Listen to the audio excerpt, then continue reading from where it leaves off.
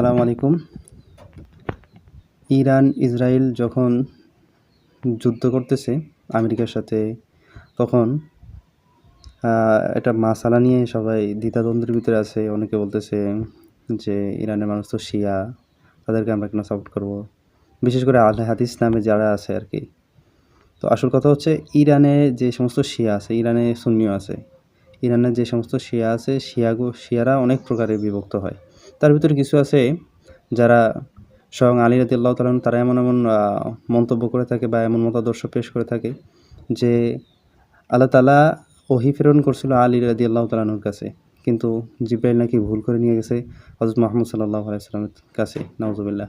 তো এই ধরনের যারা আছে মতাদর্শ, যাদের এইরকম মত আছে, তারা তো অবশ্যই কাফের। তাদেরকে মুসলমান বলার কোনো সুযোগ নেই।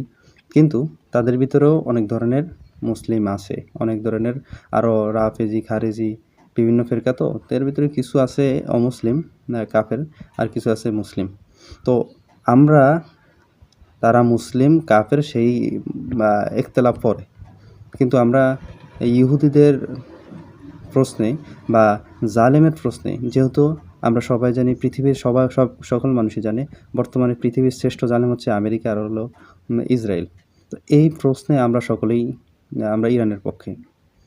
এখানে এখানে কোনো মাসলাগত মতবাদের এখন সময় না, বা কে মুসলিম কে অমুসলিম সেটা নিয়ে এখন মতানৈক্য করার সময় না। এখন হচ্ছে কে জালেমের বিরুদ্ধে লড়াই করছে, আমরা তাদেরই পক্ষে আছি। ইরান এখন সর্বশক্তি দিয়ে জালেমকে প্রতিহত করার চেষ্টা করছে।